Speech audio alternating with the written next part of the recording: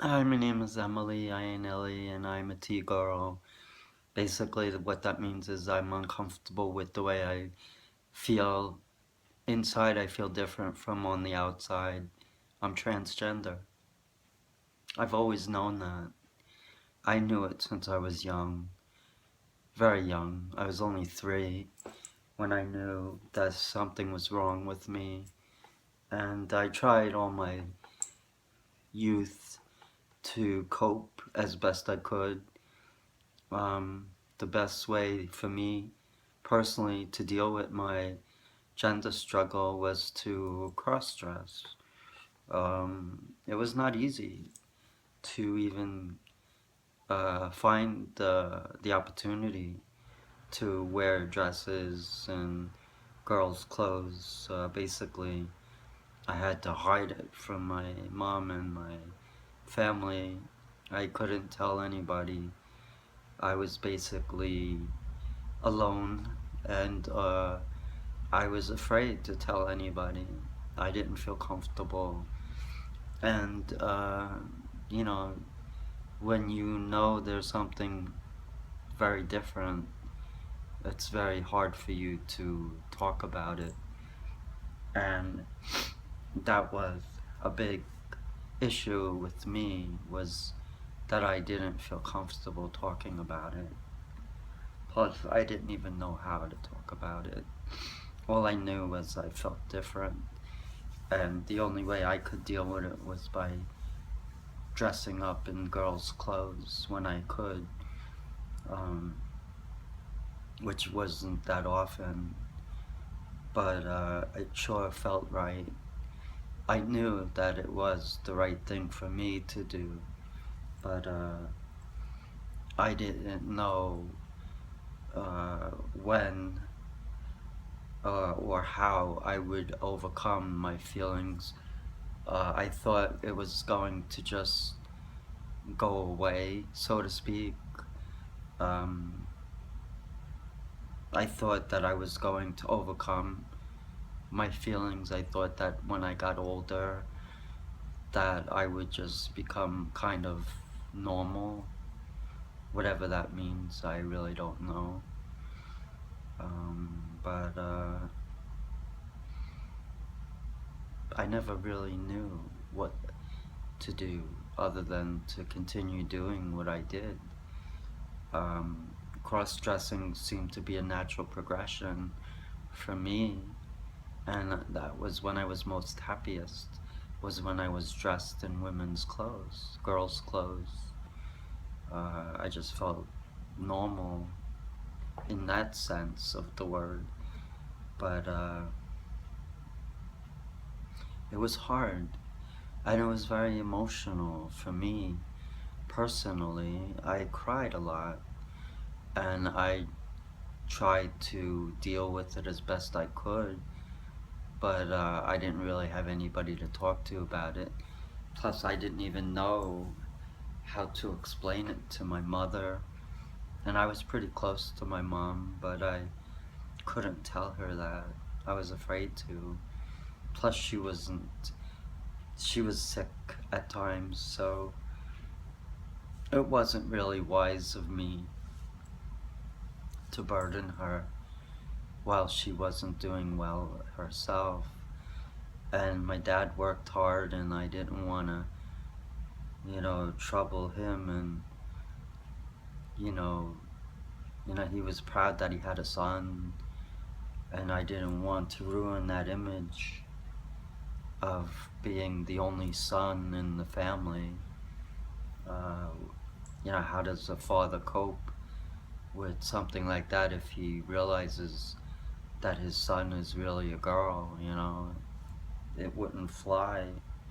So I had to kind of just live a life that was kind of forced, I guess. But, I love my parents. I wouldn't want to do anything to hurt them. So I kind of just managed as best I could. I had 2 sisters growing up too, and my middle sister was the one I tried to access clothing from when I could, or my mother, logically more so my mom because my sister was younger, so I would wear my mom's clothes when I ever could, sneak them. It wasn't easy, but it was the only real times that I felt comfortable was when I could wear a dress. And then when I got older and I started to make some money and work, uh, I was saving to buy girls' clothes, mainly jeans, because jeans were the only type of girl clothes that I could really wear outside in public. I was too afraid to go out any other way. Certainly I couldn't buy a dress, though I did cross-dress in dresses when I could in the house. I didn't go out in public in a dress, but I cross-dressed in dresses at home, and I enjoyed that. Um, but I was afraid to go out in public that way. It took a long time for me to gain the courage to go out in public fully dressed as a woman. And I remember when I started working in the city, uh, I was wanting to have a chance to go out in public in the city, but that wasn't practical because I didn't live anywhere near the city. I lived in Long Island, and I couldn't even go out in Long Island, so how would I even make the trip into the city dressed? The only time I really started dressing in public, like I said, was if I wore jeans or I went out briefly for like 5 or 10 minutes, just walking around the mall, but mainly in jeans. And then I went to a LGBT friendly, not an LGBT friendly, an LGBT support group, where I went in Connecticut, and that was the very first time that I was dressed as a woman. I wore a dress.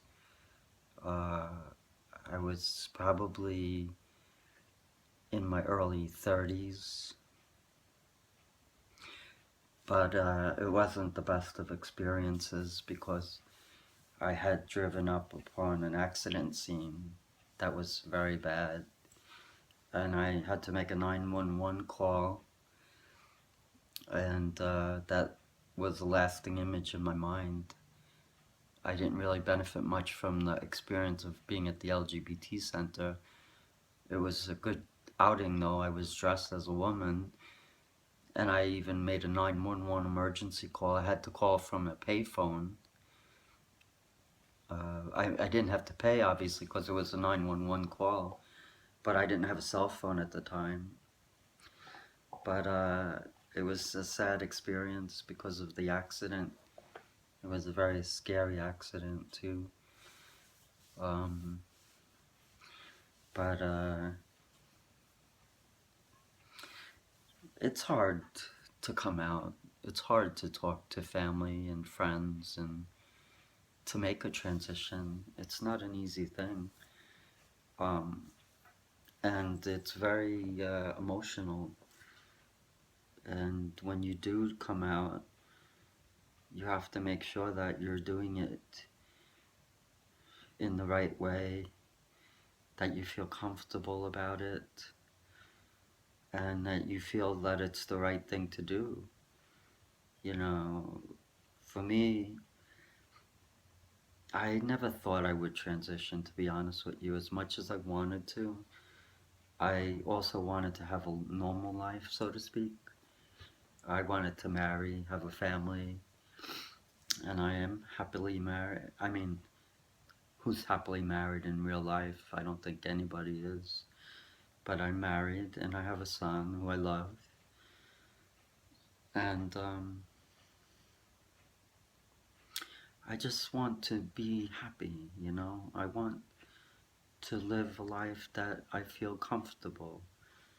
And I never felt comfortable as a boy, even though I lived as a boy and grew up to become a man.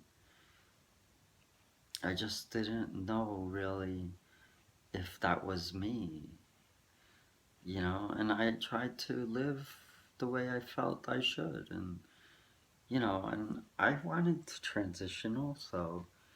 And I wanted to be a woman, but I was confused because a part of me wanted to, as much as I wanted to marry and have a family, there was a part of me that wanted to be a woman too. And I had this kind of like a uh, dichotomy of different feelings, and I had to pick and choose and determine what direction to go in.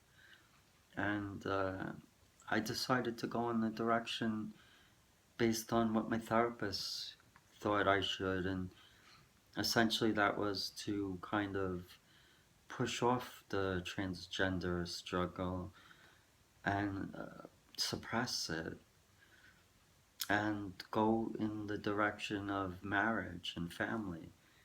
And essentially, I wanted that too, but I didn't really know what exactly I wanted, and I didn't want to hurt people in the process. Now I'm married, I have a wife and a son, and both feel alienated based on my struggle, my transition.